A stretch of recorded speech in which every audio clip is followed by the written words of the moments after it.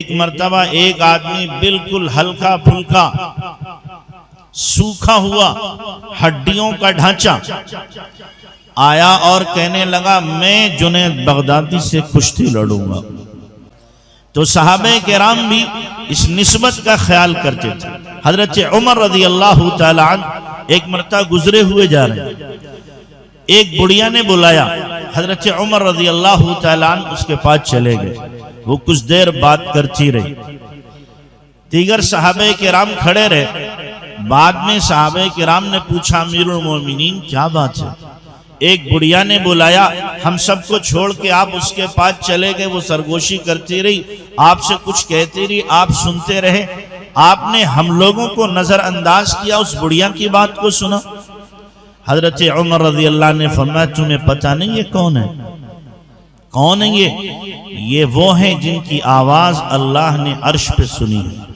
یہ خولہ بنت ثعلبہ ہیں کہ انہوں نے جب صدا لگائی تھی تو اللہ نے عرش پہ سنی تھی اور قرآن ان کے حق میں اتار دیا تھا۔ قد سمع اللہ قول التي تجادلك في زوجها وتشتكي الى الله والله يسمع تحاوركما۔ تو عمر کی کیا مجال ہے کہ اس بڑھیا کی بات نہ سنے جس کی بات اللہ سنتا ہو۔ نسبت کا خیال فرمایا ہے۔ تو صحابہ کرام بھی نسبت کا خیال کرتے تھے۔ ہمیں بھی چاہیے کہ ہم بھی کیا کریں؟ نسبت کا خیال کریں۔ جو اللہ نے ہمیں تمغہ دیا ہے، جو امتیاز دیا ہے، جو مقام و مرتبہ دیا ہے، جو اللہ تبارک و تعالی نے ہمیں شرف بخشا ہے، اس کا خیال کرنا ہے۔ نسبت کا خیال تو یہاں تک کیا جاتا ہے، آپ نے سنا ہوگا حضرت جنید بغدادی رحمت اللہ علیہ سرکاری پہلوان ہیں،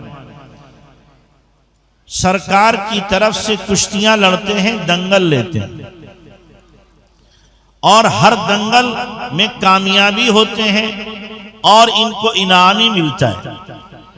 ایک مرتبہ ایک آدمی بالکل ہلکا پھلکا سوکھا ہوا ہڈیوں کا ڈھانچہ آیا اور کہنے لگا میں جنید بغدادی سے کشتی لڑوں گا۔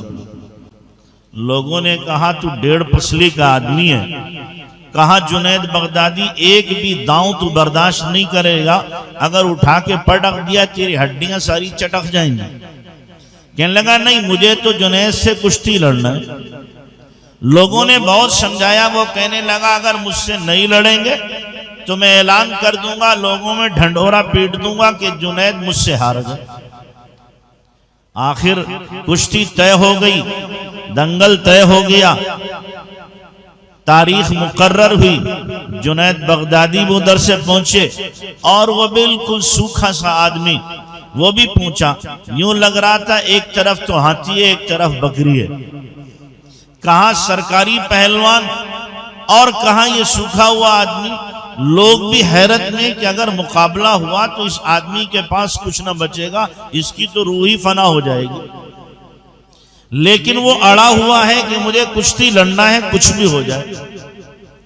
دونوں دنگل میں اترے، ہاتھ ملایا، جنید بغدادی نے داؤ کھیلنا چاہا تو وہ کان سے قریب منہ کر کے کہنے لگا جنید میں سید خاندان کا ہوں اور 3 دن سے میرے گھر میں فاقہ ہے، اگر تم ہار گئے تو انعام مجھے ملے گا، میرے بچوں کا پیٹ بھر جائے گا، وہ تجھے دعا دیں گے، اللہ کے نبی بھی تجھ سے خوش ہو جائیں گے۔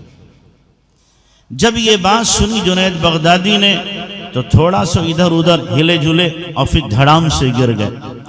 اب وہ سید صاحب ان کے سینے پہ بیٹھ گئے، جنید بغدادی کے گھونسے مارنا، اور جنید بغدادی برداشت کر رہے کس میں؟ اللہ کے نبی صلی اللہ علیہ وسلم کی محبت میں۔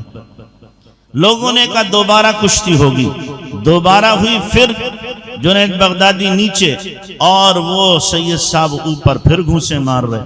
3 مرتبہ اسی طریقے سے جنید بغدادی گر گئے اور وہ سید صاحب اوپر آ کر کے ان کے گھونسے مار رہے ہیں اور جشن منا رہے ہیں کہ دیکھو میں جیت گیا۔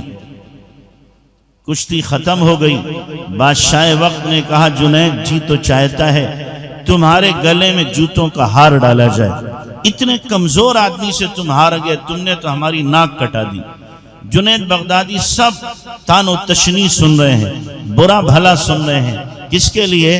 اللہ کے نبی صلی اللہ علیہ وسلم کی نسبت کی وجہ سے۔ بہرحال بات ختم ہوئی، رات ہوئی تو جنید بغدادی جب سوئے، اللہ کے نبی جناب رسول اللہ صلی اللہ علیہ وسلم خواب میں آئے اور آپ نے فرمایا جنید تو نے میرے خاندان کا خیال کیا ہے، تو نے میرے خاندان کا خیال کیا ہے، یاد رکھ تو نے اپنے آپ کو ذلیل کیا ہے، تیری عزت کا ڈنکا ساری دنیا میں بجے۔ پھر جنید بغدادی نے پہلوانی سے توبہ کی، ظاہری پہلوان ہٹے لیکن باطنی پہلوان بنے۔ کتنے پہلوان دنیا میں آئے، ان کے نام ختم ہو گئے، لیکن جنید بغدادی کا نام اب بھی زندہ ہے اور زندہ رہے گا۔ کیوں؟ انہوں نے نسبت کا خیال کیا تھا جناب رسول اللہ صلی اللہ علیہ وسلم۔ تو اس لیے نسبت بڑی اونچی چیز ہے، اس کا جب خیال کیا جاتا ہے تو اللہ تبارک و تعالی بھی نوازتا ہے۔